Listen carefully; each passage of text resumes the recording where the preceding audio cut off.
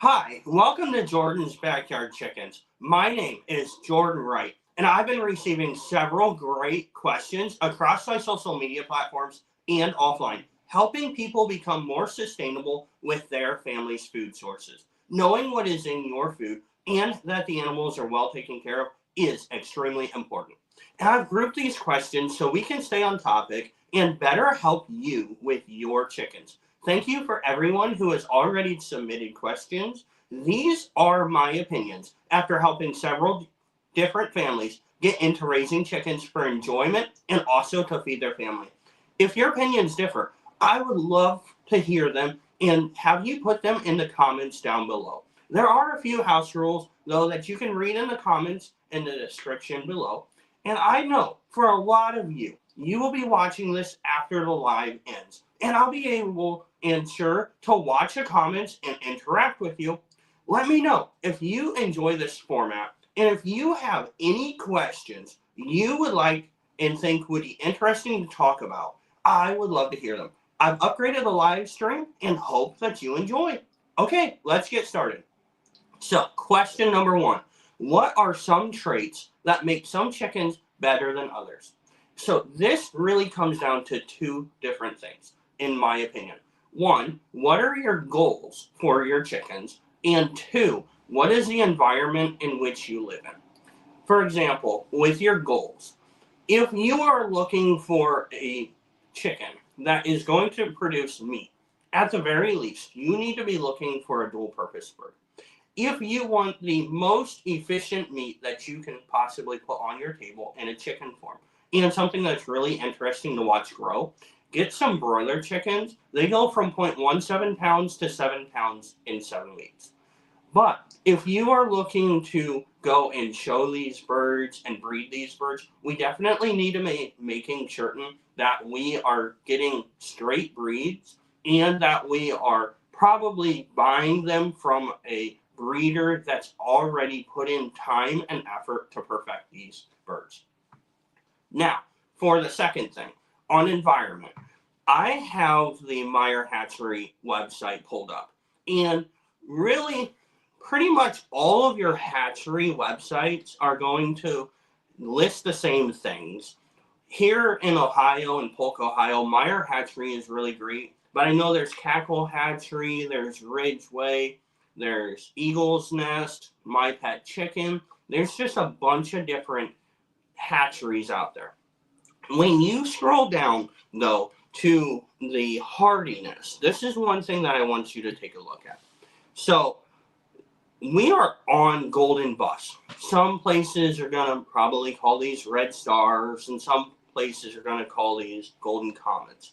But these birds are hardy in all climates. And that's going to be very important for those of us that live in northern and colder states. Because, for instance, they have a chicken called a naked chicken that doesn't have any feathers on it. Those are really going to strive and thrive in southern, warmer climates. But if we brought them, probably honestly, even to Ohio, we're going to have a hard time of having them in the wintertime without using a heat source. If you have a heat source or a heated barn, you're going to be fine. But some of us don't want to run electricity and run lights and run heat to our chicken coop. And so we need to be making certain that the birds are hardy. And then, of course, we want to make certain that the birds are actually laying the eggs that we want. So if you look at a chicken, if you look at their earlobes, white egg layers are going to normally have lighter colored earlobes, and the darker colored earlobe chickens are going to normally lay a brown egg. You've got Easter eggers and Americanas and different crosses that'll lay colored eggs. So you gotta use discretion in that because there's no like if it has a blue earlobe, then it's gonna lay a blue egg. That doesn't work. It's just whether it has a light earlobe or it has a dark earlobe to tell normally if it's gonna lay a white egg or a brown egg. So our next question, that's a very good question and I really appreciate it. Our next question is, should you get bantam chickens or standard chickens? Okay, so some of us don't have a very large chicken coop. And bantam chickens are perfect for that. Bantam chickens are smaller birds in that variety, in that breed. That so you have a leghorn. Well, about a quarter of the size down from what a standard leghorn is going to be, you're going to have a bantam leghorn. You will get about the same amount of eggs from a bantam as you would a standard. You just have to make certain that you remind yourself when you are getting bantams that yes, you will get a smaller amount of eggs.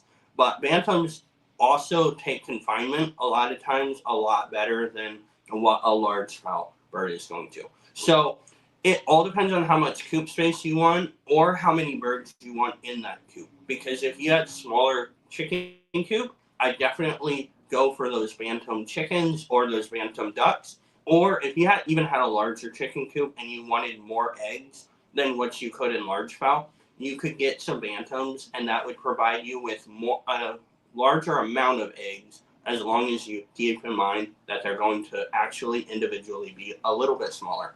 But I have a bunch of bantams right now, and I really love the size of eggs that they provide. I think like 2 or 3 eggs from a bantam equals out to about a large fowl chicken egg. So I really appreciate that question. Question number 3 is, can you get different breeds of chickens and raise them in the same chicken coop? Because a lot of people, they just want pets for their backyard. They're not actually looking to breed. And so if that is you, you can, as long as you keep in mind that some breeds like Shamus, I was talking about last live stream, probably aren't going to match into our chicken coop with our silky chickens. That's probably not going to be a very good match. And then when we introduce them, if they're all day old chicks, probably not that big of a deal. By the time that they grow older, you won't have any issues. But if you have full grown chickens right now or adolescent chickens right now, and you introduce another pen of adolescent or full grown chickens, they're going to come in and they're going to have to establish a hierarchy called a pecking order. So you just got to make certain that you watch with that and keep an eye to make certain that everybody stays safe in your chicken coop when you are combining different breeds. But you are perfectly fine in most cases to do that. And I really appreciate all the questions that I've been getting asked. If so, I, for this next long form video, have been hard at work collecting information and seeing what different people are interested in and how I can help you. So the next long form video is going to be on things I wish I knew before I got into chickens, because there's a lot of different things and a lot of different ways that I spent money when I really wouldn't have had to spend money on that. And you may have noticed that we are doing different community posts on the YouTube channel and different Facebook posts on my business channel. So yesterday we did a quiz on 4 different breeds to see which one was the brown egg layer. And all of you guys got it correct. It was the Barred Rock. Barred Rocks are really special to me because when I got into chickens, my 4-H leader, Brad Slumbum, had a beautiful flock of Barred Rocks. And so it was really cool when I was younger to be able to go in and learn from him and how to take care of chickens, from somebody that really knew what they were doing and how to breed the chickens to get them better and closer to the standard of perfection. I hope that everyone was able to enjoy your Valentine's Day in your special way, and I can't wait to have this next long form video finished up. I hope that you guys really enjoy it, and thanks for watching my video. Have a nice day. Bye.